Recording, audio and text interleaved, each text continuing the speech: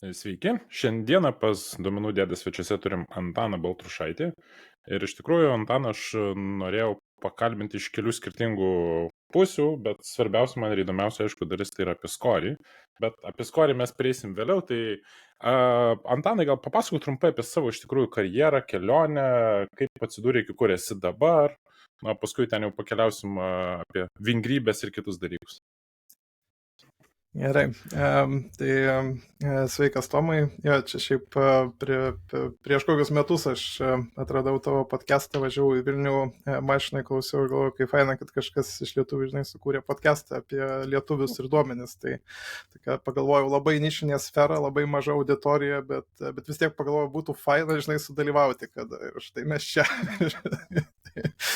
Tai jo, ta mano kelionė, kaip mes čia galų gale atsidūrėm ir kalbamės, tai aš gal truputį pabandysiu išsiplėsti, nes manau, čia pakankamai nemažai to konteksto yra, kad suprasti ir geriau prieiti prie viso to. Tai visų pirma, aišku, papasakot visą karjerą, tai būtų pakankamai sudėtinga, nes šiaip žiūrint į savo jaunus kolegas, suprantu, kad esu jau veteranas, nors dar širdyje toks ir nesijaučiu, bet karjeros kelią aš pradėjau gan seniai, 2008 metais, per pačią finansų krizę ir pradėjau kaip tik investiciniai bendroviai. Tai čia buvo Swedbank investicijų valdymas, tai buvo tokia fun karjeros pradžia. Bet ilgai ten neužsibuvau ir dar tais pačiais metais aš jau prisijungiau prie Nordėjos komandos kaip analitikas, toks daugiau verslo analitikas, kad supras, kaip ten bankai veikia ir panašiai. Ir tada fast forward į 2016 metus, aš vis dar ten esu toj pačioj Nordėjoje, tik tai tiek, kad jau karjeroje ten pakilau ir esu vis dar analitikas, bet dirbu Baltijos šalių ten CEO komandoje ir dirbu ten ties aukščiausios, sakykim, čia analitinės prabos projektų, tai buvo čia Luminor sukūrimas, tai buvo tas Nordėjos ir DNB susijungimas. Tai aš ten buvau nuo pat pradžioj tam projekte, tiek business case'us skaičiavau, tiek paskui due diligence procesą koordinavau ir čia toks buvo mano kaip ir analitiko karjeros turbūt pikas dirbti ties tokiu milijardo eurų vertės projektu. Ir aišku, paskui toks labai logiškas žingsnis sekė, kas toliau, tai logiškas stepas buvo pradėti vadovaujamą darbą ir pradėjau vadovauti analitikų komandoj. Tai vadovaujamoji roliai praleidau apie 3 metus tam, kad suprasčiau, kad tai nėra mano kelias. Tai man šiaip labai patiko komandos formavimas, komandos mentorystė, bendrų tikslų siekimas, bet mane suėdė organizacijos politikos, kažkokios trintys tarp skyrių, kažkokie nelogiški aukštesnės vadovybės nurodymai, kažkokie darymas kažko, kad įtiktum kažkam, bet tai negalėjau viso šito taip pakęsti ir tiesiog nusprendžiau, kad reikia kažką keisti. Ir čia iki to laiko tai toks buvo visada pas mane plaukimas pasroviui, tai tiesiog tas srovė nunešė ne ten, kur reikėjo, kad nuneštų. Tai teko truputį plaukti atgal prieš srovę, kad surasčiau, kur ten nukrypau, kur reikėjo grįžti. Tai visų pirma, toks buvo pirmas šaltas dušas, nes iki to laiko niekada darbo neieškojau, tai teko grįžti į darbo rinką ir pasižiūrėti ir teko suprasti, kad niekam tokių analitikų nereikia Lietuvos rinkoje arba niekas nenori mokėti už tokius skillsus. Ir tada toks gimė mano pirmas verslas, anoks čia ir verslas, greičiau pradėjau freelancerio kelią, tai irgi po poros metų kažkur supratau, kad ir čia turbūt ne mano kelias. Priėjau poros išvadų. Tai pirma išvada buvo, kad dirbant freelanceriu ir užsiemant konsultingu reikia pardavimų daug daryti, o aš pardavimų daryti visai nenoriu. Ir tada antras toks nušvitimas buvo, kad man jau tuo metu jau ten artėjo link 40 ir toks pradėjau galvoti, kad šiaip aš gyvenime jau noriu dirbti mažiau, o konsultanto darbas yra toks, kad jeigu tu nori uždirbti, tai turi dirbti, o jei nori uždirbti daugiau, turi dirbti dar daugiau. Tai kažkaip taip nelogiškai pradėjo darytis. Ir tada pirmą kartą tokia šmėstelėjo tokia labai bendra mintis, dar tuo metu buvo, kad reikia kurti produktą, tai yra sukurti kartą ir tada jį pardavinėti daug kartų ir čia toks turėtų būti teisingas kelias, bet tada nežinojau nei koks tas produktas, nei nieko toks, bet toks buvo pirmas toks lengvas nušvitimas kažkur tai. Ir tada vėl toliau pradėjau plaukti atgal prieš srovę, toks ieškodamas, kur čia ta tinkama mano atšaka, žinai, yra. Ir čia tada toks buvo dar daugiau nušvitimų pas save, tai toks supratau, kad aš nesu specialistas tuo metu, nes aš nemokėjau nei vieno dalyko 100%, bet aš mokėjau kokį 100 dalyko 80-90%. Tai toks išsigryninau, kad esu toks data and analytics generalist, puikiai įžvalga, bet kiek tokių darbo skelbimų rinkoje, tai 0. Nėra tokių, visi ieško specialistų. Ir tada kažkaip galvojau, ką toliau daryti, ir tada pasiskaičiau apie asmeninį brandingą ir pagalvojau, reikia tapti kažkaip labiau matomu. Ir pradėjau taip, galvojau, reikia įdarbinti LinkedIną. Ir pradėjau truputį aktyviau skelbtis LinkedIną ir dariau tai, ką mokėjau geriausiai daryti, tai yra kažkaip įdomiai pristatyti kažkokius duomenis, skelbti ten fan statistikos pranešimus, tokiu tikslu tapti labiau kažkokiu matomu. Ir taip labai organiškai viskas taip pradėjo taip labai lengvai krypti į Lietuvos verslą ir tapo toks vis didesnis iššūkis, ką nors rasti duomenų, rasti įdomių kampų, kaip čia ką išpjauti, kaip čia ką kažką paskelbti, nes jeigu pradėti išsikeli tikslą 2-3 kartus per savaitę postinti kažką, tai turi 2-3 kartus per savaitę kažką įdomaus papostinti. Ir tai labai lengva padaryti pirmus 2 mėnesius, bet paskui tampa labai sudėtinga atrasti vis dar kažką naujo. Ir taip tuo metu kažkaip pradėjau po truputį ieškoti tų duomenų, kaip čia prieiti lengviau būtų postinti, taip lengvai atradau atvirus duomenis ir pradėjau taip savo grinai reikmėm tokiam lipdytis asmeninį datasetą, tiesiog, kad galėčiau postinti į LinkedIną, tai ten vis kažką iš ten pasijungdavau, kažką iš ten ir tokį susikūriau tiesiog literaliai duombazę, ten ant Postgres pakurta pas save kompę, tokia Lietuvos įmonių, tokie datasetą. Ir kažkaip tai taip tada jau prisiminiau apie tą produktą savo, ten tą mintį kažkokią senesnę ir taip pradėjau galvoti, kad jeigu, gera ta duombazė gausi, tai jeigu man jinai naudinga, tai atsiras dar 100 žmonių, kam dar bus naudinga ta duombazė. Ir čia toks prasidėjo, ta tokia lengva skoris kelionė, nuo čia jau plaukti toliau. Bet dar apie skorį prieisim, manau, greitai, dabar dar čia truputį užbaigiant pabaigai, kur čia ta karjera toliau nuvedė, plaukiant atgal prieš srovę. Tai dirbant su skoriu toks išsigrynino dar keletas tų įžvalgų apie save, tai pirmą išsigryninau, kad jeigu nori būti darbo rinkoje, nes vis tiek skoris net jei ir pradėsi, tai vis tiek nepradės nešti finansinės naudos, tai turi būti labiau specialist negu generalist, tai toks tada galvoju, kokia čia ta specialist pusė labiausiai tiktų ir taip dirbant su skoriu išsigrynino, kad inžinerinėje ir duomenų srityje, tai ta tokia duomenų inžinerija ir giminingos sritys kažkaip išsigrynino kaip labiausiai tinkanti. Tada išsigrynino dirbant su freelancingo projektais, kad visai patiko dirbti su įvairiais klientais, įvairiais projektais, tai ir kažkaip aiškiai tuo metu taip išsibrėžiau tokius 3 punktus, kad pirma, noriu dirbti inžinerinį darbą duomenų srityje, noriu įvairių klientų projektų ir konsultingo sritis būtų pats tas, bet aš pats nenoriu pardavinėti. Ir trečias, nenorėjau jokios didelės organizacijos, nes dėl jų ten biurokratijos nelankstumo ir tų tiesiog didelių tų corporate nesąmonių.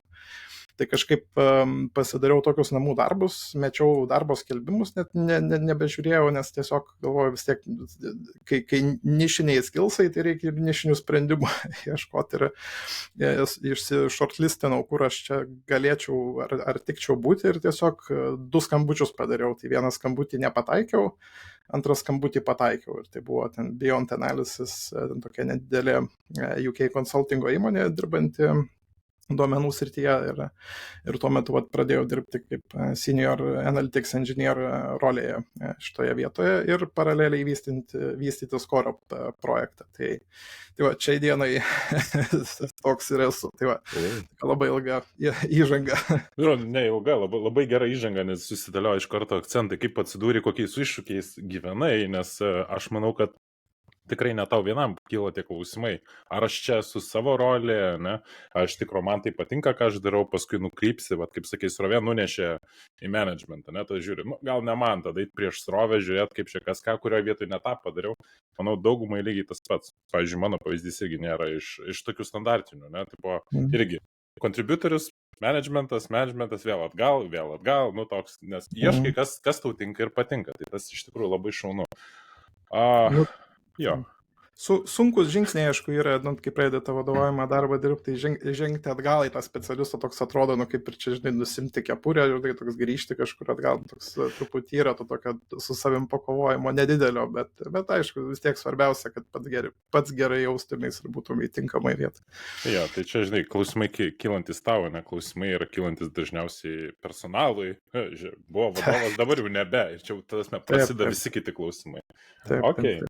Čia faina istorija, labai iš tikrųjų, man tas apie atvirus duomenis, aš galvoju, šiaip realiai nėra Lietuvoje bendrai daug tokių įmonių arba produktų, iš tikrųjų, kurie remtųsi tais pačiais atvirais duomenim. Aš šnekėjau dabar su Vilium iš Cityneo apie jo kūrimus dalykus, irgi naudojasi. Ir berods mano žiniomis, taip plius minus kaip ir baigėsi, ir tokių atviresnių kažkokių projektėlių, mažų tokių open source arba, tarkim, bendruomenės vystymų, bet nieko kažko tokio neišsivystė kažką tokio didesnio, kaip, pavyzdžiui, būtent tavo tas skoris. Man tada natūraliai kyla klausimų, ar su duomenim viskas yra gerai, ar tada jų paėmimas yra geras, ne, kokios problemos iššoka būtent apdorojant tos duomenys, gal tai yra problema, dėl ko mes daugiau nematom tokių atsirandančių produktų ir idėjų. Jo, tai duomenų ir iššūkių, aišku, yra daug ir čia galima, nežinau, ilgai ir nuobodžiai turbūt kalbėti apie visas tas problemas. Tai nežinau, nuo kurio galo čia geriau pradėti. Tai Skorija mes turim, aš ties 100 sorsų nustojau skaičiuoti, nes tiesiog patapo labai sudėtinga jau tai daryti ir galvoju, kiek čia galima skaičiuoti. Tai turim daugiau negu 100, bet ties to 100 jau buvo pakankamai brandus produktas, bet dar žinau, kad plėtėmės. Tai gal koks 100 spam bus turbūt skirtingų data pipeline'ų ir paimančių tų duomenų. Ir šitoje vietoje, tai ko mes ten tik neimam, tai turbūt visi įmanomi formatai yra ten CSV, Excel, XML, JSON, API, scrapingas, ten you name it. Vienintelį atradau, ko mes dabar nepaimam ir ko dar neintegruojam, tai PDF-ų. Tai va čia toks išlindo naujas toks, kaip ir nežinau, trūkumas, nes pastebėjom, kad neturim kai kurių įmonių finansų ir tai pradėjom giliau žiūrėti, o kodėl mes neturim tų labai nedidelis ten skaupas, gal 200-300 ten tų įmonių yra, bet va ten tarkim bankų neturim finansų. Ir kodėl bankų neturim finansų? Tai pradėjom žiūrėti, kad yra ten pagal įstatymą dauguma įmonių privalo teikti ten duomenis struktūruotų formatų registrų centrui, bet yra išimčių, ten bankai, kredito unijos ir listinguojamos įmonės neprivalo to daryti, jos teikia duomenis ten PDF-ais tiesiog, tai vat atradom nišą, kad dar vat PDF neimam, bet turim jo 100 spam ten, sakykim, grubiai 100 spam tų data source'ų ir galima aišku įsivaizduoti, kad ko tik ten nėra tarp tų visų sorsų ir kokių ten tų problemų neatsiranda šitoje vietoje. Ok. O tu šiaip minėjai ir API-us, ir visus kitus dalykus, ir tuos pačius CSV. Aš dar pragrįžtu, nes man taip biški flashbackas su, kaip kai atsidarai skorį, matai informaciją apie įmonę, ne, tos standartinius rodiklius, ir man tokie grįžta kažkur 2017, man atrodo, kai Sodra paleido pirmus savo tos eksportus CSV, man atrodo, būtent šitų. Tai man toks, geras, pasižiūrėjau, irgi pažaidžiau su tuo, panašiai idėją turėjau kaip tavo, iš tikrųjų, pasižiūrėti, įsvertinti, kaip keičiasi laikė, ir paskui užmečiau, nes pradėjo tiesiog man importas lūžti iš tų CSV failų, nes tose vietose, kaip čia, buvo kabutės, neišescapintos, ir man visą laiką užduoda, aš ypatingai, nenoriu čia vargti. Bet įdomus dalykas, kad tada aš parašiau, ten buvo, man atrodo, elektroninis paštas, kažkieno iš tų šaltinio, tarkim, ownerių, parašiau, sakau, žiūrėkit, pas jūs yra problema, tipo, jūs neskeipinat kabučių tokių, nes gaunasi problema importuojant. Ir pamiršau, po mėnesio gaunu atsakymą, va, pakeitėm, atnaujinom ir aš toks, ta prasme, atnaujino, pakeitė į mano šitą, aš toks buvau žiauriai nustebęs, žiauriai buvo įdomu. Tai man dabar, žinai, tas klausimas, kai jūs renkatės informaciją iš tų atvirai prieinamų duomenų, kaip lengva jums bendradarbiauti su tomis įstaigomis, kurios juos atiduoda kaip atviruosius duomenis. Kaip su valstybinėm institucijom, parašai laišką, gauni automatinį atsakymą, labą dieną, jūsų užklausa gauta, atsakysim per 20 darbo dienų, tai daug maž panašiai. Aišku, ne viskas taip blogai, bet labai dažnai būna panašiai. Tai bendradarbiavimo nėra labai daug, bet jis yra, negaliu sakyti, kad jo nėra, tik tai svarbiausia turbūt yra atrasti tą tinkamą kontaktą, nes jeigu ten rašysi į, nežinau, info@sodra.lt, tai faktas, kad užtruks labai ilgai, kol pasieks tą tinkamą administratorių, kuris atsakingas už tos darbus, bet jau kai surasi tą administratorių ir galėsi tiesiai su juo pabendrauti, tai tada dažniausiai būna pakankamai greita ta komunikacija ir tie sprendimų radimas. Ir aišku, čia tos problemos įsijungia, dar čia galėsim pakalbėti plačiau apie visas tas problemas, bet viena iš jų čia paskutinis keisas buvo VMI skolos, tai datasetas naujinasi kiekvieną dieną, bet mes kažkaip nepastebėjom, kad duomenys ten nebeatsinaujina kurį laiką ir realiai duomenys ten nesinaujino beveik mėnesį laiko. Mes patys pastebėjom iš kažkur 2 savaičių, kad nesinaujina, nors viskas atrodė naujinasi, nes metadata atrodo kaip ir atsinaujina kiekvieną dieną, atrodo lyg viskas sukrenta nauja, bet kiekvieną dieną įkrenta tie patys duomenys, nieko naujo. Tai patys užtruko, kol patys pastebėjom, kad ten nesinaujina ir tada, aišku, jau pradėjom ten varpais skambinti ir ieškoti tų žmonių, bet jau kai radom tinkamus žmonės, irgi čia buvo tokio ping-pongo, nes ten tais duomenys skelbia tai VMI, bet VMI atiduoda ten šitai valstybės duomenų agentūrai, ten tada vėl dirba dar kažkoks tiekėjas, galų gale atradom ten galus ir buvo sutvarkyta dar už kokių 10 dienų, bet... Čia tokie, žinai, išlenda tokie būtent komunikaciniai, tavo būtent paminėtas ping-pongas dalykas, ne, kas iš tikrųjų, manau, didžiosios vietos ir stabdo tą ir pačių tų duomenų naudojimą ir gal platesnį iš tikrųjų, gal arba didesnį atvėrimą, ar platesnį panaudojimą, nes iš tikrųjų nieks galų gale šiomis dienomis nėra pasiryžęs tiek ilgai laukti, kol gaus atsakymą kažką, labiau linkę galimai eiti workaroundą pasidaryti, iš kažkur kitur tą pačią informaciją, nes vis tiek, jeigu tau 10 dienų reikia laukti susirašinėjimais, kad gauti kažkokį rezultatą, tu per tiek laiko, jeigu kažkokia forma tie duomenys yra kitur, tu jas iš ten pasimsi ir nebesuksi galvos. Okay. Tai čia buvo mūsų, irgi, čia turbūt pati pradžia buvo, mes tik pradėjom tą Koris, kur jau nusprendėm, kad jau bus Koris kaip įmonė, reikia pradėti kurti ne tik tai tokį namudinį projektą, bet kažką rimčiau. Tai pirma hipotezė buvo, naudosim oficialius kanalus gauti duomenim, pasirašysim sutartis su sodrom, su registrų centrais ir viską darysim tvarkingai. Na ir tada prasidėjo, parašėm ten registrų centrą, užpildėm prašymą, žinai, labą dieną, jūsų prašymas užregistruotas, įvertinsime per 20 dienų. Gerai, per 20 dienų sulaukiam ten atsakymo, trūksta ten kažko, tai pataisykit. Pataisėm, nusintėm vėl. Gerai, jūsų prašymas gautas, atsakysime per 20 darbo dienų. Galų gale prasidėjo, tai užpildykit šitą GDPR, žinai, formą, kokiu pagrindu iš čia apdorosit tuos duomenis. Aš taip, palauk, kokius duomenis asmeninius, taigi mes įmonių duomenų prašom. Bet tai pagal įstatymą priklauso, bet aš sakau, come on, taigi aš neturiu jokio teisinio pagrindo apdoroti asmeninių duomenų, bet aš jų ir neprašau. Ir paskui toksai ping-pongas, einam šituo atvirų duomenų keliu, tai yra imam tai, ką randam, apjunginėjom taip, kaip galim, o paskui šitas sutartis išdirbsim jau su laiku. Tai dabar jau turim pasidarę tų sutarčių, išsidirbam, bet pati pradžia tai jau buvo viskas nuo tiesiog pradinių, tiesiog imam, ką randam. Aš tikiu dar čia su tom sutartim, kiek yra tų visokių reglamentinių dalykų, kuriuos tu sužinai tik tai perės tam tikrus etapus, nes aš turiu pažįstamų, kuris irgi tam bandė su viešaisiais pirkimais Ir irgi sako, nu, pirmus kartus irgi taip užtrukom, kol galiausiai pateikėm visus dalykus, ten ėjom ilgai, kol priėjom kažką. Aš taip galvoju, nu jo, biurokratija biški savoje vietoje duoda minuso. Ir vietomis gal net sudaro sąlygas iš tikrųjų įsigalioti, ne, kaip čia pasakyti, kai kurioms kitoms įmonėms, kurias jau žino pliusus, minusus arba tas loopholes, kurie lysti ir greičiau pasidaryti, o tada jeigu nori pradėti pats, iš karto užstringi, nes, nu, tiesiog kažkurios neperėjai kažkurios vietos. Taip. Ok. Taip, taigi grįžtam prie tavo duomenų. 150 source. Man tada iš duomenų inžinerinės pusės keliesi jūs dirbat, kad tiek apdarojat ir susižiūrit duomenų šaltinių.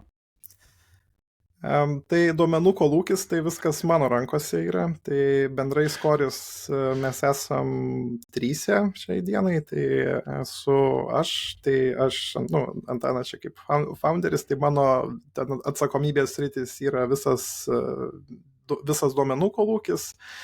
Ir svetainės, nu, pats produkto vystymas, pats produktas ir svetainės frontendas, tai ten visas dizainas ir panašus reikalai. O tada dar turim programuotoją Mykolą, kuris yra atsakingas už svetainės backendą, tai yra, kad viskas veiktų ir suktųsi pusiai. Tai, bet jo, visas duomenų kolūkis 100 PM source'ų apie 200 gigabaitų dabar ta duombazė, nu tai jo, viskas čia pas mane. Tai aišku, čia žiūrint tie 200 gigabaitų, ten lyginant su didelėm įmonėm, ten su tais terabaitiniais DVH-ais, tai, nu, kaip ir čia smulkmena, bet aišku, tie terabaitiniai DVH-ai atitinkamai ateina ir su savo DVH komandom, ten ne vieno žmogum, kurie dirba ties to viso. Šaltiniai jungiasi lengviau, žinai, nes dažniausiai ateina jau kažkur unifikuotai, ne tas pats standartas, tavo atveju aš spėju dar yra jungimas ir parsinimas tam tikrų tekstinių laukų, kokios įmonės pavadinimai ar dar kažkas, kurios dar sukomplikuoja vienokią kabutę kitokią. Nu, taip, tai čia tų iššūkių yra pakankamai daug. Aišku, kalbant ten apie tuos iššūkius, tai aš sakyčiau, didžiausias tai iššūkis tai net nėra šita techninė pusė, kaip ten kabutės kableliai ar ten ta failas, bet yra pirmas, kai tu jau sužinai, ko tu nori, ten, tarkim, nu, mums reikia ten pajungti kažkokius tai konkrečius duomenis, kurių reikia, tai tada pirmą juos surasti, tai, sakykim, tų atvirų duomenų yra daug, bet jų nėra taip labai struktūruotų formatų ir jie išmėtyti ten per aibę tų institucijų, tai pirmą, ar juos skelbia ar neskelbia, apskritai juos surasti. Tada galų gale prasideda, okei, jau kai radom, atrodo tai, ko reikia, tai ką tai reiškia, žinai, tu turi data setą, žinai, tu neturi nei menkiausio supratimo, ką jisai rodo, nu, kaip ir intuityviai tu gali suprasti, bet kada jau tu pradedi, žinai, iš to verslą daryti, tai tau reikia pakankamai tiksliai suprasti, ką tai rodo ir ką tai reiškia. Tai čia susidurėm, nu, ta tokia kita problema, kai imam panašius duomenis iš skirtingų vietų, nu, ir juos bandom apjungti, tai nesam tikrai, ar tikrai tai logiškai, ir tikrai tie duomenys rodo tą patį dalyką. Ir čia toks vieną pavyzdį prisimenu, čia buvo Sodros duomenyse, jie ten skelbė kai kurios duomenys kas mėnesį, kai kurios kas dieną. Ir buvo pavadinimai ten berods, jeigu dabar, nu, bijau sumeluot, bet daugmaž buvo berods darbuotojų skaičius ir apdraustųjų skaičius. Ir taip atrodo, kuo skiriasi, žinau, kaip ir atrodo lyg tas pats. Ir taip patikrinę ant keletos įmonių, nu, atrodo, sutampa lyg tai viskas tas pats. Kol neišlenda kažkada tai koks nors keisas, kada ten pradeda nesutapti labai stipriai. Ir tada pasirodo, kad apdraustųjų skaičius ir darbuotojų skaičius nėra tas pats dalykas. Nes tu gali būti įdarbintas, bet gali būti neapdraustas. Tai tokių įsijungia tokių niuansų, kad suprasti, ką tie duomenys rodo. Nes tie duomenys jie ir būna atverti, tai metadatos rasti apie duomenis, ką reiškia tie duomenys, tai labai retai kada būna. Ir net jeigu būna ir aprašyta, tai tas aprašymas dažniausiai vis tiek neparodo ir nepaaiškina labai gerai, kas iš tikrųjų ten yra. Čia dokumentacijos geri klausimai, nes čia buvau visai neseniai Kaune, buvo meetupas ir Car Vertical CTO pasakojo, kaip jie ten derinosi su prancūzų registru.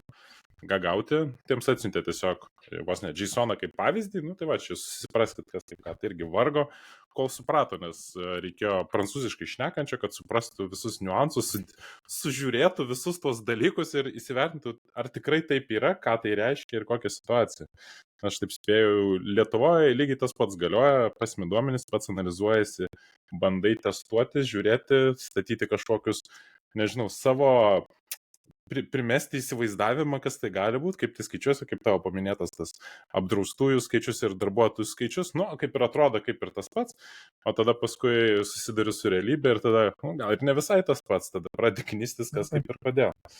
Na taip, bet iš kitos pusės, argi tai unikalios duomenų problemos? Nu, su bet kuriuo klientu pradėsi dirbti ir dažniausiai gausi, žinai, nu va, čia duomenys šitoj duombazėje, žinai, pasimk, taigi, ir tada, okei, gerai. Jo, ar validai eilutė? True, false, 0, 1, 0. Ar 0 yra false? Čia migravom kažkaip, kažko nedamigravom, čia atsirado duplikatų, nežinojom, ką daryti. Jo, nu čia, kaip sakant, padirbęs kartą su duomenim, tai primčiau, iškart matai, kad ne, visur tos pačios problemos, nesvarbu, ką sako. Taip, taip. Dažniausiai jo visada kartojasi tos pačios problemos. Ja. Okay. Taip. Ir jo, čia baigiant galbūt apie tas problemas su atvirais duomenim, tai toks paskutinis turbūt punktas, tai yra, aišku, kai turi ten, sakykim, 105 data skirtingų šaltinių, tai jis atsiranda tas pokyčiai duomenų, tai tikimybė, kad kas nors pasikeis 150 šaltinių, su kuriais neturi sutarčių sudaręs ir nėra jokio įsipareigojimo, kad jie tave informuos apie pakeitimus, tai aišku buvo ypač pradžioje labai tokia opi problema, nes turbūt nebūdavo nei dienos, kada kas nors nesulūždavo, nes tikrai kas nors pakeičia. Dabar aišku, viską stabilizavom pakankamai neblogai, tai čia galbūt stabilizavosi iš abiejų pusių, iš vienos pusės yra atviri duomenys truputį stabilizavosi ir iš kitos pusės mūsų pipeline'ai truputį stabilizavosi ir pradėjom daryti jau su mintim, kad jeigu kažkas taip ten labai jau pasikeistų ten minimaliai, kas mums neįtakoja, tai galbūt vis dar sukis ir toliau tiesiog išmės mums pranešimą, kad kažkas pasikeitė, bet nenulaužk viso proceso šitoj vietoj. Tai šitoj vietoj kažkaip išsidirbom ir jau čia buvo rekordas, turbūt gal kokie 2 mėnesiai kiekvieną dieną sukosi be jokių problemų. Bet, nu, čia toks gal buvo išimtis, bet šiaip sumažinom iki turbūt kokią kartą per mėnesį nulūžimo.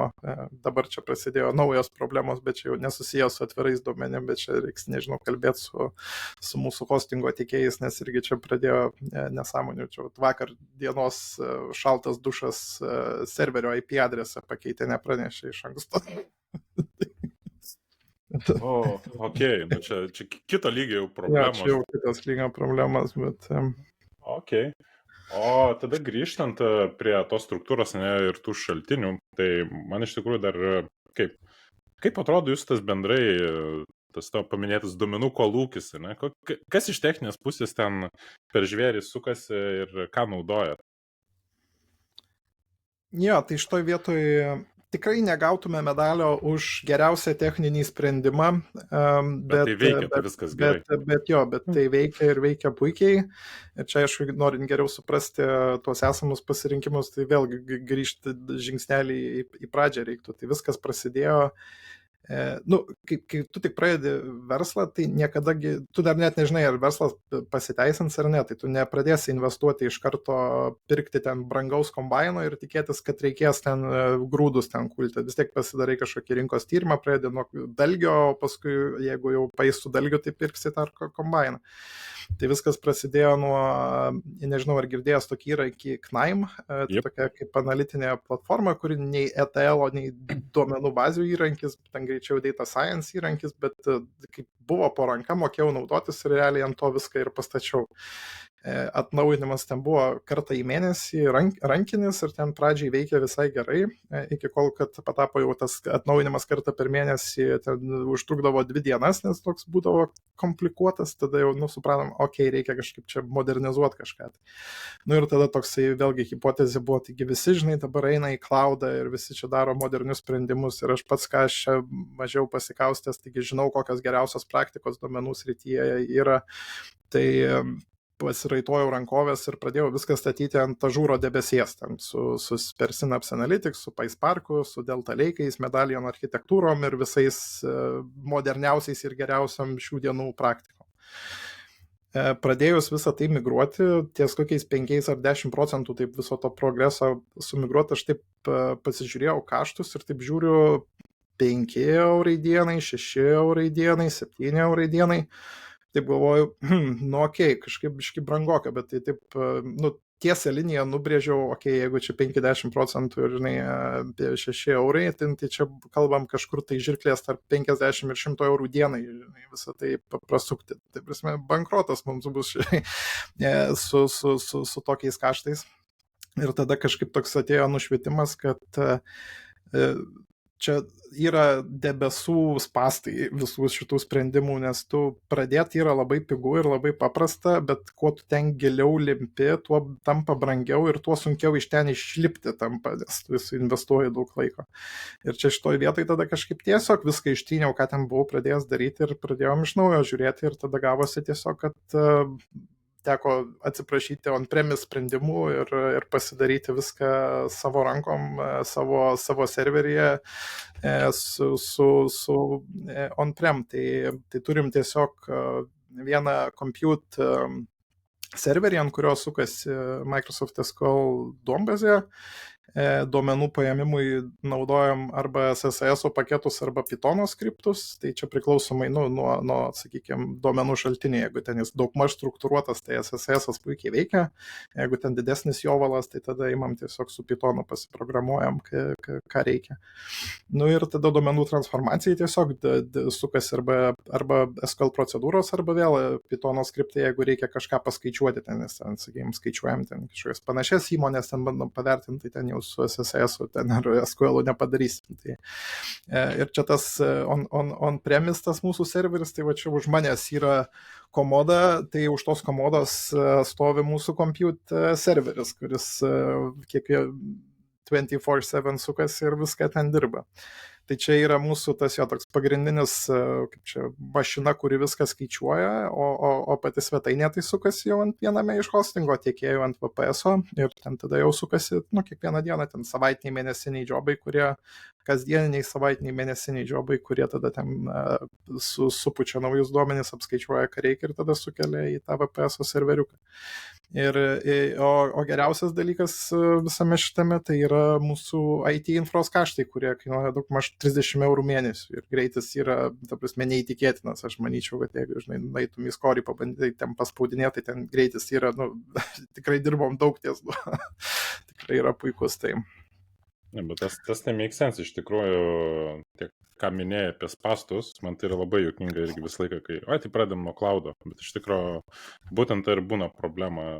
Čia mes duosim jums kreditų, pasibandykit, čia labai faina, čia 10 000 duosim, kai žiūri, žinai, po 2 savaičių nebėra tų pinigų, jau kažkaip sąskaita auga, ką čia daryti, ir paskui išauga iki ten nežmoniškų dalykų ir tada galų gale vis tiek arba on-prem, arba tada pasimė tiesiog serverį kažkur ir ant to serverio bildinį. O tada man klausimas su tokiu, tai kaip pas jūs tada su disaster recovery, jeigu dabar tavo serveris už nugaros, neduok die, kažkas jam nutinka, kaimynai užpila vandeniu, žinai, ar maža ką, kaip pas jūs šitas, nes... Jo, tai backupų turim daug, tai čia vienintelis, netaip seniai, čia prieš mėnesį teko dar vieną hardą nusipirkti, nes jau nebetilpo visi tie backupai, tai backupinam ir, nežinau, darom tą bendrą geriausią praktiką, tai yra vienas šitas backupas tiesiog sukasi vienam hardė viską skaičiuoja, tada vienam hardė backupinam, tada yra dar vienas backupas, kuris nėra šitam kambaryje, jeigu nukristų meteoritas ant namo, just in case.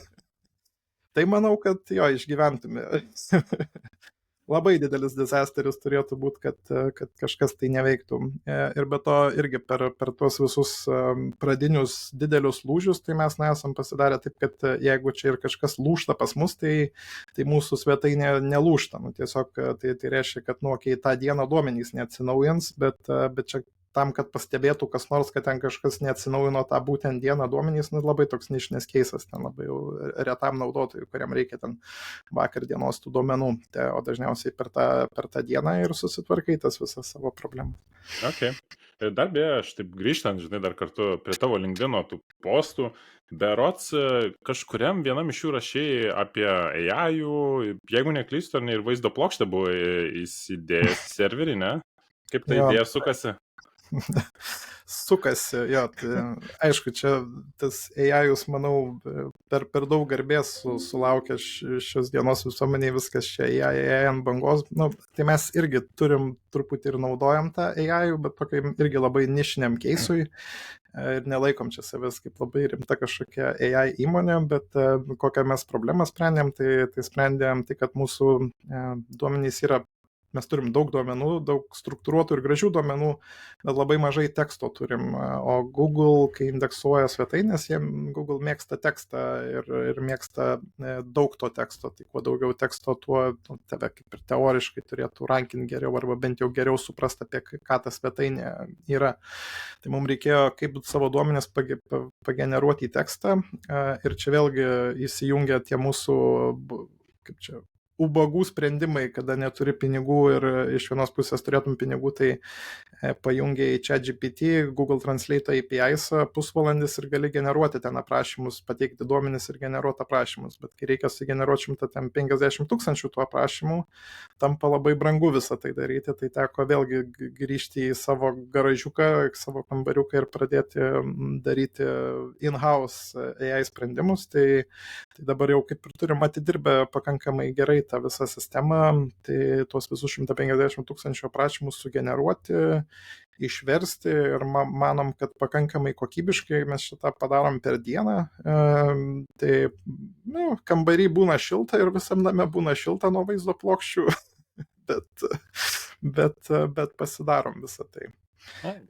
O patį AI, tai aš aišku daugiau čia gal tiesiog iš savo pusės, ta prasme, naudoju, nes aš pats turbūt jau nebemokėčiau dirbti honestly be AI-aus asmeniškai. Tiesiog nežinau, kaip tai pakeitė taip stipriai visą tą darbo pobūdį, bet aš pats negalėčiau fiziškai mokėti programuoti ir JavaScriptų, ir PHP, ir Pythonų, ir visą taip, visą tokį operaciją ranintis be AI-aus pagalbos, bet kai yra tokios pagalbinės rankos, tai labai padeda. Aš norėjau klausti, kaip čia dažniausiai būna tie žmonės nuo duomenų, dažniausiai backendą nueina ir kaip pasakoja apie skorį. Tai aš jau už duomenis, už tą kolūkį ir už frontendą. Aš taip, ką? Už frontendą? Kaip? Dabar biški aiškiau, žinai, nes kaip tas ateina poreikis ir kaip realiai sukiesi iš situacijos su tuo, ką turi ir kaip čia irgi. To eigoje tu išmoksi daugiau pamokų, kurias iš tikrųjų tau leidžia lengviau suprasti dalykus ir adaptuotis gal lengviau. Tai... Pilnai sutinku, tai žinai, iš vienos pusės ar iš manęs geras frontenderis, tikrai ne, bet ar pasidarau tai, ko reikia? Pasidarau, žinai. Tai čia, aišku, pradėjom visiškai nuo ten mano rankų, paskui jau, kai truputį prasigyvenom, tai jau pasisamdėm ten dizaineriai, kad biškai bent jau kažkiek sutvarkytų, bet vis tiek ten didžioji dalis tų sprendimų, tai jo, ten yra pačių darytų.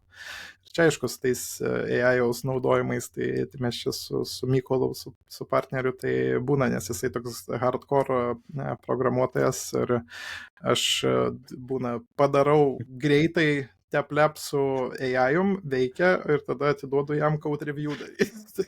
Tai jisai ten savaitę laiko bando mano kodą padaryti tinkamą ir reikiamą. Bet čia, kaip irgi, žinai, čia yra tos lessons learned, ne tie, kurie iš tikrųjų yra hard code koderiai, kuriems reikia to viso, jie AI-us naudoja kaip ir tik tai tose vietose, kur, labai stringa. Visi tie tokie generalist, aš lygiai taip pat nebesugebėčiau labai daug pats pasidaryti, tik iš to, kad sunku atsiminti, sunku sekti dalykus, principus žinai, ir dažniausiai gali išdėlioti labai lengvai tą pačią idėją, ko tu nori pasiekti. Tai iš tikrųjų vieta, kad sėdėtum, dažytum galvą į sieną, kad padarytum tą kažkokią funkciją, kad jinai taip veiktų kaip reikia, tu tiesiog sudedi instrukcijas ir nebesukai galvos, nes more or less veiksinai taip, kaip reikia. Optimizaciniai klausimai, visi kiti, jau kaip dievas duos, žinai. Jo, viskas labai priklauso nuo būtent sprendimo, kur tu naudoji. Jeigu tai yra kažkoks ten namūdinis projektas, tai viskas ok. Jeigu ten, sakykime, labai kodo gabalas, kurį tu bandysi įstatyti į rimtą važiuojant į traukinį, tada taip truputį taip atsargiau. bet žinai, tarsi tame ir esmė, kad, kaip čia buvo pasakyti, žinai, visų žmonių AI jūs nepakeis.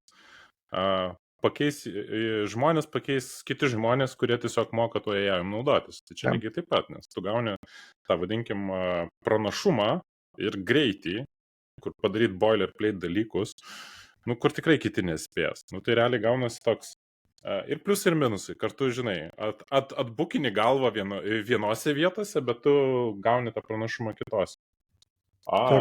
Aš tą galvoju, žinai, dėl tavo AI-us paminėtų ir PDF, aš dabar galvoju, o tai čia nėra perfect use cases, realiai jums kažkaip išsiparsinti ir bandyti su to žaisti? Nežinau, dar kol kas, dar marinuoju šitą mintį galvoje, nesu tikras, kad patikėčiau tokį darbą AI, nes ir su tais mūsų aprašymų generavimais, tai mes kur generuojam aprašymus, tai mes juos generuojam labai struktūruotiem duomenim, tai būtent finansai ir darbuotojų ir atlyginimų pokyčiai. Kada viskas yra labai labai aiškiai, tai yra data, yra skaičius ir tu paduodi AI tokį struktūruotus duomenis ir paprašai aprašyk, ką čia matai iš tų duomenų, bet bandėm, žiūrėjom, tokį bendrą įmonės aprašymą. Sugeneruok bendrą įmonės aprašymą, aš tau pateiksiu daug duomenų apie tą įmonę, čia ir skolas, ir darbuotojus, ir finansus, ir tada prasideda ten labai tie rezultatai tokie, kur turbūt daugiau paskui vargo bus ir daugiau neigiamų komentarų ir skambučių piktų sulauksim, nes ir jų ir taip pakankamai sulaukiam, kad tiesiog kol kas dar nesiryžtam šitoj vietoj, tai truputį bijočiau dar naudot, bet rinką stebim, žiūrim, kas vyksta ir galbūt panaudosim. Nes čia iš tų tokių AI-aus panaudojimo mes čia turim dar ir Jimą komandoje, kuri, kaip čia mūsų toks patarėjas konsultantas, nes mes su Mykolu esam tokie daugiau technikai, o jis yra daugiau toks verslininkas, kur patarė mums nenukrypti nuo krypties. Tai jis yra labai tas toks AI advokatas, kad turim naudot AI daug daugiau negu kad naudojam, turim čia kurti asistentą AI, kur, kad galėtum žmogus ateiti ir klaustų duomenų. Tai aš matau tokį use case, tokią kaip svajonę, kad ateini į Scoris LT, ten iššoka koksai kampe čia langelis ir tu gali užduoti klausimą, ten tarkim, kurios įmonės ten Prienuose praeitą mėnesį mokėjo didžiausius atlyginimus. Būtų toks labai logiškas use case'as ir tikrai naudojamas. Bet, šiai dienai tos visos AI technologijos dar neleidžia tokio padaryti, arba, ta prasme, tai padaryti užtruktų labai daug pastangų reikalautų, nes dauguma tų AI modelių jie dirba su tekstu, su struktūruotais duomenim, labai retas, kuris dirba ir juos priversti dirbti su struktūruotais duomenim yra labai sudėtinga. Mes čia bandėm ir fine-tunint modelį, labai įdomus rezultatai gavosi, tai juokiamės ten iki nukritimo, kai apmokini tokius statementus, sakykime, klausimas, atsakymas, tokius prasukį trainingą ir paskui jisai supranta, kad Lietuvos įmonės kodai turi būti ten 9 skaitmenų skaičiai. Ir jis tada pradės generuoti 9 skaitmenų skaičius, kurie nebūtinai reikš, ką nori. Tai jis taip, jo, kalbą supranta, tą kontekstą supranta, bet tai yra kalbą supranta, bet konteksto nesupranta ir tada pradeda generuoti daug tokių nelabai tinkamų rezultatų. Reikia ilgalaikės atminties, reikia didesnės arba tos paieškos, tiesiog tikslingesnės tais atvejais. Bet jo, kaip minėjai, jūsų atveju, jeigu jūs dvies labiau iš tos techninės pusės žiūrit, realiai sunku iš tikrųjų ir laiko skirti dar kitiems dalykams ir būtent čia, kur labiau bus toks gal R&D vietomis, kur reikia išsibandyti, susižiūrėti, kas veikia, kas ne. Ir iš to tada kažką išspausti, produkcionalizuoti. Ir gal vat ir klausimas, žinai, ne dabar gal tas laikas, kai nėra dar to visiškai gal lengvo tokio plug and playaus. Ne visiems to jaus iš kitos pusės ir irgi reikia. Šiom dienom dar. Na, jo, tai mes, kaip ir sakau, kur randam use case ir įrodom savo, kad taip tai veikia, tai naudojam, bet nesam ant to tokio hypo, kad būtinai turim naudoti viskam ir visada. Tai okay. Pragmatiškai. Bet čia yra teisingas sprendimas, žinai, ko tau reikia tų metų, plus kai lean ir keliese nėra reikalo nukrypti nuo bendrinės misijos. Bet tada žiūrint taip į priekį, ne, nu aš matau, kad jūs integruotės daugiau su Orso, neplanuoju apie AI. Kokia galų gale, vat, tavo akimis gal yra vizija, to pačio Scorio, gal kaip platformos, aparto chatboto kažkada? Jo, tai čia šitoje vietoje taip irgi tas klausimas toks nelengvas. Jeigu, nu, aš taip atsakant labai trumpai, mečiau planuoti jau, nes jeigu pradžiai planavau ir turėjau planą, bet pagal tą planą jau dabar turėjo būti stabilus veikiantis verslas ir turėjau jau savo išsimokėti pirmą atlyginimą iš tenai, tai kol kas vis dar nesam šitoj vietoj. Tai tie planai truputį pasikoregavo ir čia įsijungia tas toksai, kad mes atėjom į šitą visą Scorio rinką nelabai žinodami, kur mes čia einam, į kokį verslą, nes viskas gimė taip organiškai nuo tų LinkedIn postų, čia kažką papostinsim, kažką pasidarysim savo reikmėm, bet jeigu taip žiūrint globaliau, kaip dauguma verslų, tai turėtų atsirasti, tu radai verslo nišą, pasidarėjai konkurencinę analizę, pasidarėjai verslo planą ir eini tą verslo nišą užpildyti savo produktų. Mes kažkaip tai to nepadarėm, pirmą sukūrėm produktą, paskui žiūrėjom, kokią čia mes tą verslo nišą atėjom. O atėjom į verslo nišą, kuri yra labai verslo prasme labai maža, tai jeigu čia taip vertinant tą verslo duomenų rinką Lietuvoje, tai mes čia kalbam turbūt apie 5 milijonus metinių pajamų, 5 milijonus eurų metinių pajamų. Tai yra labai tiny verslas, ten visais bet kuriais masteliais žiūrint. Ir dar on top, kad nepaisant to, kad labai tiny rinka, tai dar yra keli įsitvirtinę labai dideli žaidėjai, ten kaip rekvizitai, Okredo, Kreditinfo. Ir tu realiai atėjai toksai naujas žaidėjas ir eini kapotis su drambliais kažkokiais. Tai čia tokia man gera analogija galbūt yra, čia kaip kas nors sugalvotų pakonkuruoti su Google. Kad ir kokią tu gerą paieškos sistemą sukurtum, visiems yra taip giliai įaugęs į kraują tas googlinimas, kad tau bus neįtikėtinai sunku konkuruoti šitoje vietoje. Tai mes čia panašiai su rekvizitais, kai kažkas tai ieško duomenų, tai asocijuojasi tiesiog, taigi rekvizitai, žinai, ir tai dauguma turbūt ir ieško įmonės pavadinimas, rekvizitai į Google Enter pirmas paspaudimas, žinai, šitoje vietoje. Tai mes kaip ir sukūrėm, manau, pakankamai gerą produktą, mano akim, taip ir tos informacijos turim daug ir atrodo pakankamai patraukliai. Mes visada taip labai žiūrim į vartotoją, kad kiek įmanoma tai aiškiau pateikti, tai tarkim turim nulį reklamų, nors ir čia save nusiskausminam, bet tam, kad būtų kiek įmanoma tai geresnė vartotojo patirtis. Galų gale, jeigu čia tokia labai smulkmena, bet net kai jo nėra, tai net nepagalvoji, bet net neturim cookie ten to acceptance sutikimo atėjus į mūsų svetainę, nes mes neturim nei vieno cookie savo svetainį. Čia labai buvo nelengva išdirbti tokį dalyką, nes šiaip visi sprendimai automatiškai ateina su tais cookies, bet išdirbom iki tiek, kad net cookių neturim.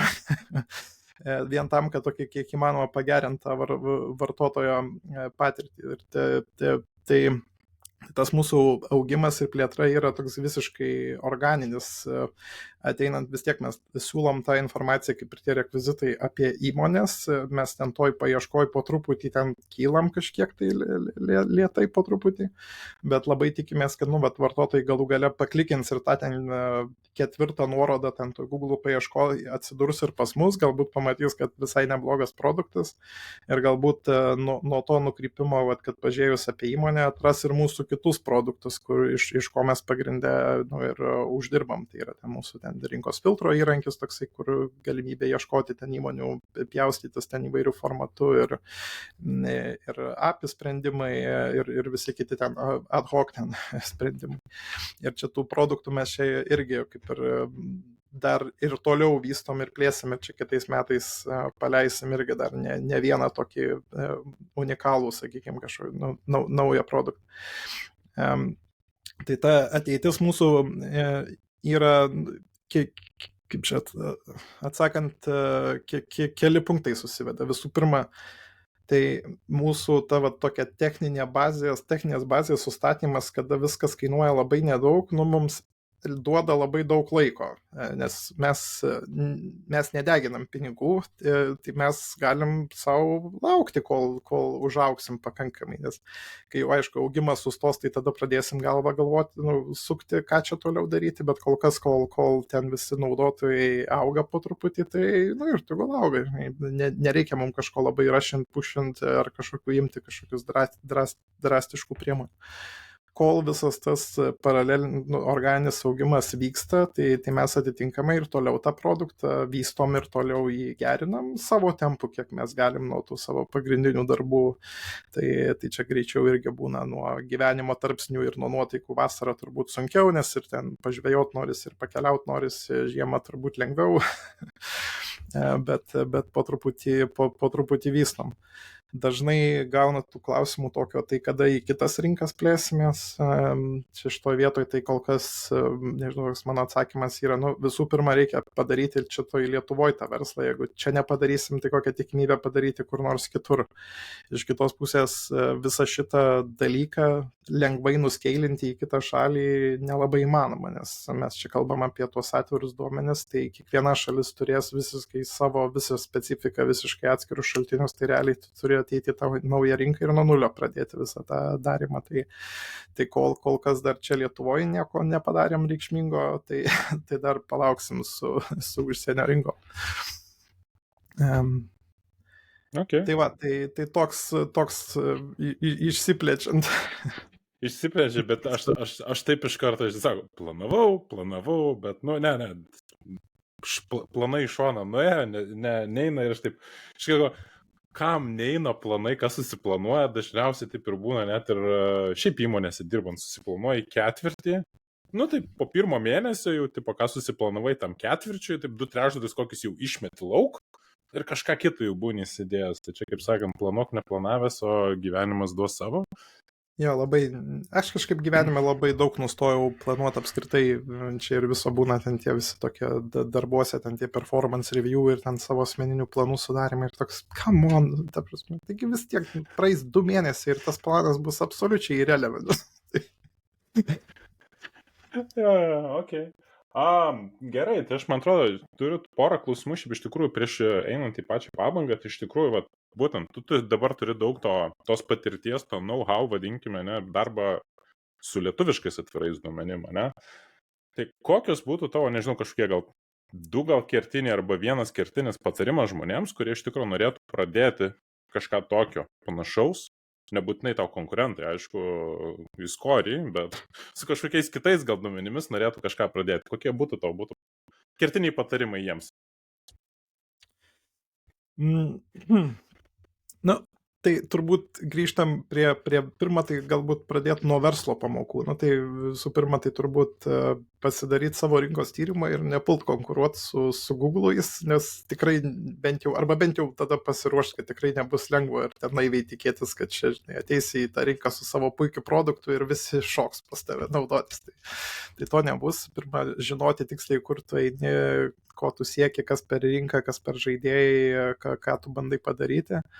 tada apskritai eiti į rinką, kur yra to potencialo, nes čia mes irgi taip kažkaip naiviai tikėjomės, kaip ir sakiau, kad čia bus daugiau to potencialo, bet, nu, kaip pasižiūrėjai tada tą visą rinką, kad šitų pinigų apskritai to rinkoje nėra, nu, šitoj pusėje, nes čia gal įsijungia dar mano irgi toks naivus tikėjimas, kad to duomenų naudojimo turėtų su laiku padaugėti daugiau, nes jeigu tai kiek kalbi su įvairiais verslininkais, tai labai retam, kuriam reikia tų rinkos duomenų arba supratimo, ką konkurentai daro, dauguma yra to tokio senamadiško požiūrio, kad aš pats žinau, ką aš darau ir pats jaučiu, ką darau, bet nėra to tokio sistemingo požiūrio, tai čia toks naivus tikėjimas, kad galbūt nauja verslininkų karta, kurie ateina į rinką, bus labiau tokia data savvy ir pradės daugiau tus duomenis naudotis, tai čia tokia truputį viltis ir mintis.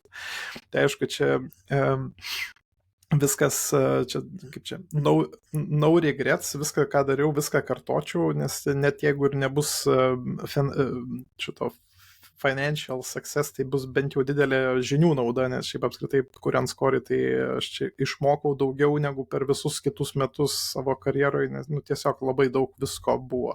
Čia ir serverių administravimo, ir PHP backendo, ir frontendo, ir JavaScripto, ir data duomenų integracijos, ir ten tie cloudiniai sprendimai, ir kodėl čia neišmokau. Tai vat vis tiek eiti ir bandyti daryti, tik žinot, kur eiti bandyti daryti, o šiaip, jeigu konkrečiau dirbant su atveriais duomenim, tai kiek aš žiūriu, tai iš tikrųjų tas duomenų atvertų duomenų kiekis yra tikrai didžiulis ir taip mano tokiu subjektyviu požiūriu, tai dauguma tų duomenų guli visiškai nenaudojami arba beveik nenaudojami. Tai reiktų turbūt bandyti juos žiūrėti, susipažinti, ką jie rodo, ir galbūt išspausti tos vertės, tos informacijos iš tų duomenų. Aišku, daug bus tų duomenų, kurie tiesiog nenaudingi, bet tikrai yra ir tų naudingų paversti į informaciją. Čia irgi iš mūsų toks kaip skorio tikslas yra. Ir kai čia mes žiūrim į savo konkurencinį pranašumą, tai mes čia jeigu žiūrim su konkurentais, visais vizais, Okredo, Creatinfo, tai visi mes turim pradinius duomenis, visi turim tuos pačius. Ne? Tai vienintelis dalykas, kaip tu gali konkuruoti, tai reiškia, kaip tu tuos duomenis paduodi vartotojui. Ir kur mes daugiausiai dirbam ir turbūt daugiausiai laiko praleidžiam, tai tam duomenų enričinime. Tai yra duomenų jungime, apjungime, sukaupime, istorijos žiūrėjimo į tendencijas, tokios analitikos suteikimo, kaip tuos duomenis enričinti ir paduoti galutiniam naudotojui ne tiesiog plikus duomenys, bet paduoti informaciją ir kažkokią sukramtytą įžvalgą. Tai manyčiau ir su kitais visais atvirais duomenim galima atrasti tų atvirų kampų, kaip galima iš jų išspausti vertės. Tik tai atrasti tą tinkamą kampą, kaip juos panaudoti. Ok. Tai realiai more or less bandai žiūri, kas geriausia. Aš taip manau, kad žiūrėti pradžioj tos duomenys, kurie tau iš tikrųjų pačiam yra įdomus. Ir pasitikrinti kartu, ar tai yra kažkokia niša, ar turi potencialą. Ir tada gaunasi tas. Geriausiai būtų jo pradžiai suprasti, į kur tu eini. Jeigu tu, neturi nieko bendro su verslo duomenim, tai nepradėk nuo verslo duomenų. Galbūt pradžiai ten, kur tu kažkiek supranti apskritai, to verslo supratimo turi, apie ką tas dalykas yra, nes jeigu tu jo ten gausi tiesiog datasetą, tai ir galvosi, ką su juo padaryti, vargu ar pavyks. Jo, ok. Ką, ačiū labai tau, iš tikrųjų, Antanai, smagu buvo išgirsti tavo tą kelionę ir kaip skoris iš tikrųjų atjudėjo iki to, kas yra dabar. Tai pakartosiu, kas nežino, tai nueikit į skorį, pasimaigykit, pasižiūrėkit. Aš asmeniškai, nemeluosiu, taip, aš esu tinginys, aš spaudžiu tą pirmą linką Google, kai šoka, kai ieškau. Įpročio vergas, taip, iš karto, bet bandysiu dabar, nes kaip tik buvau prieš įrašinėjant, buvau atsidaręs pasižiūrėti, iš tikrųjų, smagiau ir gražiau žiūrisi negu tos kitos svetainės, tai pirmas dalykas, tai išbandykit ir jūs dar kartą. Ir sėkmės, Antanai, tau vystant šį produktą, tikėkime, sutaps įmonių Google Lietuvoje ir klausytojams iki kitų tinklalaidžių. Gerai, ačiū Tomai, kad pakvietei, buvo tikrai smagu.